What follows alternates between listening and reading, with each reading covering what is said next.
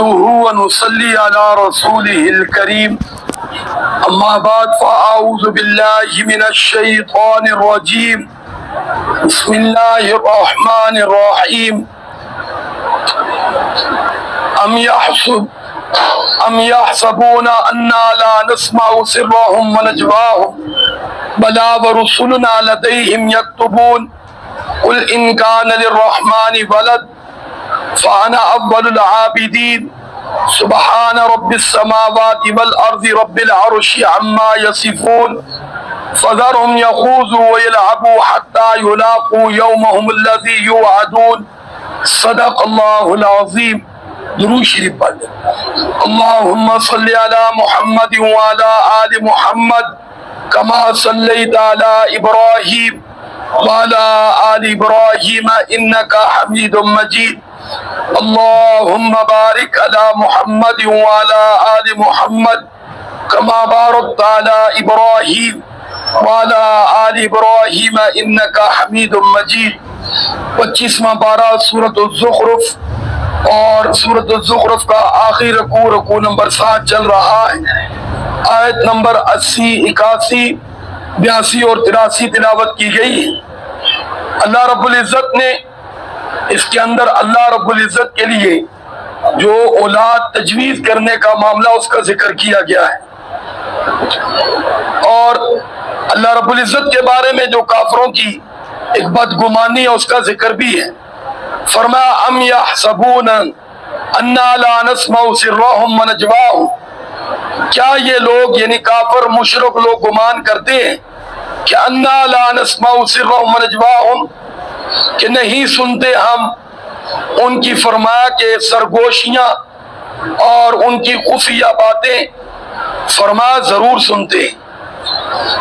بلا کیوں نہیں، ہم تو فرمایا دلوں کے رازوں کو بھی جانتے ہیں. علیم بذات الصدور ورسلنا لدیہم، اور ہمارے فرشتے جو ہم نے انسانوں کی باتیں لکھنے کے لیے بھیجے ہیں مقرر کیے ہیں، فرمایا یکتبون، وہ ہر انسان کے ساتھ ہوتے ہیں اور اس کی بولی ہوئی بات کو لکھتے ہیں. میں اور آپ بھی ذہن میں رکھیں کہ ہماری ہر بات کو اللہ رب العزت کے بھیجے ہوئے فرشتے صبح و شام لکھتے ہیں. ہاں ان کی ڈیوٹی بدلتی ہے. اب رات والے فرشتے ابھی چلے گئے اور سب کہہ دو الحمدللہ، انہوں نے ہمارے بارے میں ہماری فائل میں نماز پڑھتے ہوئے لکھا ہے. جب اللہ رب العزت کی بارگاہ میں وہ پہنچے اور اللہ رب العزت پوچھتے ہیں کہ میرے بندے کو کس حال میں چھوڑا، تو وہ کہتے ہیں نماز میں چھوڑا ہے. الحمدللہ. اس لیے فجر کی نماز کی باقاعدگی کریں. آنے والے انہوں نے ہمیں نماز میں پایا ہے، انہوں نے بھی اپنی ہماری جو فائل ہے ان کے پاس اس میں نماز پڑھتے ہوئے لکھا ہے، اور یہی معاملہ عصر کی نماز میں بھی ہوتا ہے. تو اللہ تعالی ہمیں 5 وقت کی باجماعت نماز کی ہمت توفیق عطا فرمائے. تو بہرحال ان کو بتایا کہ اللہ رب العزت کے بارے میں ایسا گمان نہ کرو، تمہارے کے وہم و گمان میں یہ بات ہے تو نکال دو. اللہ رب العزت نے تو فرشتے ہر انسان کے ساتھ مقرر کیے ہوئے، فرمایا جو اس کی باتوں کو لکھتے ہیں. قل، اے محمد صلی اللہ علیہ وسلم ان سے فرما دیجئے، ان کان للرحمن ولدا، اگر ہوتی رحمان کے لیے اولاد. تو یہاں ان کے بارے میں یہ بات ذہن میں رکھیں. حضرت عبداللہ بن عباس رضی اللہ تعالیٰ عنہ اور حضرت قتادہ رضی اللہ تعالیٰ عنہ فرماتے ہیں یہ ان نافیہ ہے، یعنی فرمایا کہ اے محمد صلی اللہ علیہ وسلم آپ فرما دیں کہ اللہ رب العزت کی کوئی اولاد نہیں، کوئی اولاد نہیں. لیکن دوسرا ترجمہ یہ بنتا ہے اگر اللہ کی اولاد ہوتی تو فانا اول العابدین، تو سب سے پہلے عبادت کرنے والا حضور نے فرمایا میں ہوتا. اور ان نافیہ کی صورت میں فرمایا کہ میں اعلان کرتا ہوں کہ اللہ رب العزت وحدہ لا شریک ہے، اور اللہ رب العزت کو وحدہ لا شریک مان کر سب سے پہلے میں اللہ کی عبادت کرتا ہوں. پھر اللہ رب العزت نے خود فرمایا سبحان، کہ اللہ کی ذات کیا ہے؟ پاک ہے. کس سے بولو بھائی؟ ہر عیب سے، ہر نقص سے، ہر کمزوری سے اولاد تو کمزوری ہوتی ہے. فرمایا کہ رب السماوات والارض، وہ زمین و آسمان کا رب ہے. رب العرش، عرش عظیم کا رب ہے. اور عما یصفون، اس کے بارے میں مشرک کافر جو بھی بات کہتے ہیں، فرمایا اللہ ان باتوں سے پاک ہے. پھر فرمایا فذرہم، اے محمد صلی اللہ علیہ وسلم اگر یہ آپ کی بات نہیں مانتے تو ان کو چھوڑ دیجیے، ان کے حال پر چھوڑ دیجیے. جس طرح میں اور آپ بھی بگڑے ہوئے کے بارے میں کہتے یا اس کو چھوڑ دو.